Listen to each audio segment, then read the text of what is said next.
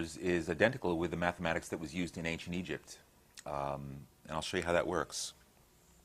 Today, when we write a number, we work in powers of 10 and place value. We have the ones, the tens, the hundreds columns. So if you wanted to say 472, we're really saying 4 100ths, 7 tens, plus 2 ones. But the way that this occurs in modern computers is not place 10 value, but place 2 value. So their powers are 1s, 2s, 4s, 8s, 16s, and so forth. So if a computer wants to think of the number 16, let's say, well, if a computer wants to look at the number, let's say 14, it's 1 8, 1 4, it's 12, 1 2, and no ones. This kind of arithmetic is appropriate for computers because they deal with electricity, which can either be on, represented by 1, or off, represented by 0. The flow of electricity or no flow of electricity, these powers of 2. Now, the way the ancient Egyptians developed this can be seen in the way that they would multiply. Now, neither the ancient Egyptians nor the modern computers use a times table. Times table is something we teach children in school, and it has to be memorized. But it's really inappropriate for a computer. And I'll show you how, for example, that works.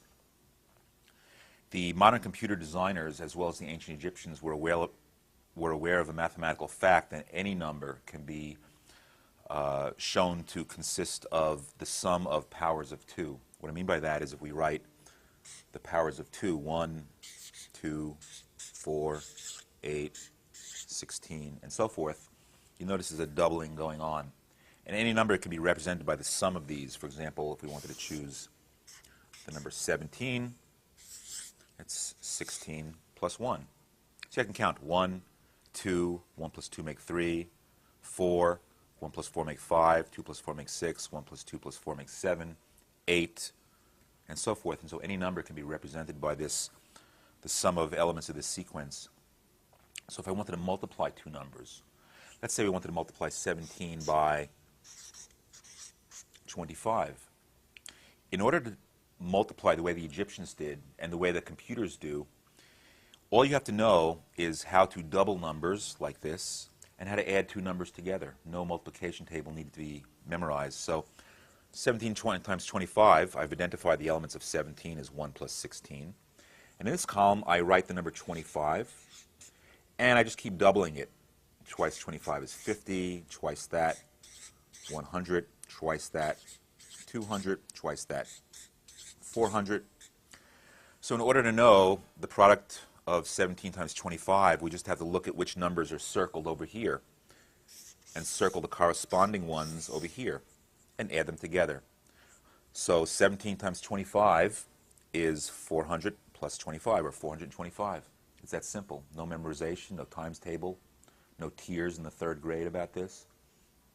And this is how computers do it as well, except instead of circling or not circling a number, they would have a 1 or a 0. So in other words, the number 17 in binary arithmetic by computers is 10001, or electricity, no, no, no, and electricity.